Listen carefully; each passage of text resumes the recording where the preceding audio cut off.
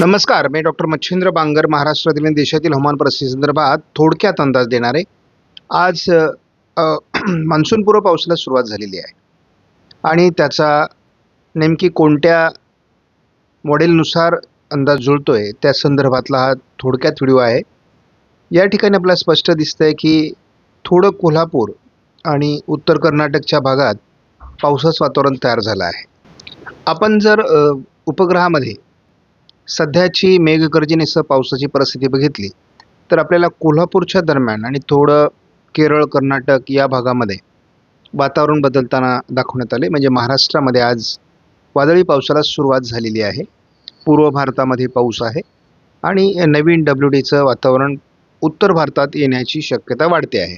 आपण जर या मॉडेलमध्ये बघितलं तर आपल्याला ECMWच्या IFS मॉडेलने पाऊस दाखवलेला नव्हता. JFS मॉडेलने देखील आपल्याला या विभागात पाऊस दाखवलेला नव्हता. UK मॉडेलने आपल्याला या ठिकाणी पाऊस दाखवलेला होता. त्यानंतर आपल्याला काही प्रमाणात पावसाचा अंदाज आयकॉन मॉडेलने दिलेला होता आणि ACC मॉडेलने देखील आपल्याला या संदर्भात पावसाचा अंदाज दिलेला आहे. म्हणजे याचा अर्थ आपल्याला या ठिकाणी ECMWचा IFS मॉडेल आणि JFS मॉडेलचा अंदाज जुळलेला नाही, मात्र इतर जे मॉडेल आहेत त्यांचा अंदाज जुळताना दिसतोय. ECMWच्या IFS मॉडेलने आपल्याला आज केवळ ढगाळ परिस्थिती कोल्हापूर भागामध्ये दाखवलेली होती. आपण बघतो JFSने आपल्याला विशेष वातावरण या भागात दाखवलेलं नाही. मात्र आपण बघतो की आयकॉन मॉडेलने आपल्याला या काही भागात आज पावसाचा अंदाज दिलेला होता आणि त्यामुळे कोल्हापूर आणि बेळगाव भागामध्ये पाऊस झालेला आहे. या ठिकाणी मी गेल्या काही व्हिडिओमध्ये सुद्धा त्याची बाब सांगितलेली आहे आणि बेळगाव आणि कोल्हापूर भागात आज पाऊस झाला. इथे केवळ आयकॉन मॉडेलचा अंदाज जुळलेला आहे. आयकॉन मॉडेलने उद्या चंद्रपूर, गडचिरोली आणि भंडारा जिल्ह्याच्या दक्षिणेला पावसाचा अंदाज दिला आहे आणि थोडं बेळगावच्या आजूबाजूने आहे.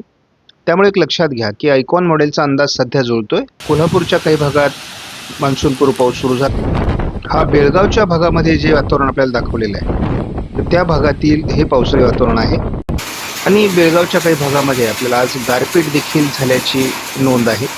त्यामुळं हा एक संकेत आहे पहिल्या दिवसाचा. मान्सूनपूर्व पाऊस आणि गारपिटीची शक्यता या पावसामध्ये असणार आहे. या ठिकाणी आपण बघतो कोल्हापूरच्या वडगाव भागामध्ये सुद्धा पावसाळी वातावरणासंदर्भातील व्हिडिओ प्रसिद्ध झाला आहे. पुढील 48 तासात काय होऊ शकतं या संदर्भात आपण आयकॉन मॉडेलचा अंदाज बघणार आहोत.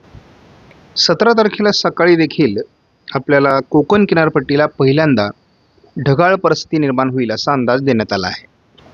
16 तारखेला देखील आपल्याला ढगाळ परिस्थितीची शक्यता आहे संपूर्ण कोकण किनारपट्टीमध्ये. उद्या बेळगाव दक्षिण आणि चंद्रपूर, गडचिरोलीमध्ये पावसाचा अंदाज कायम आहे.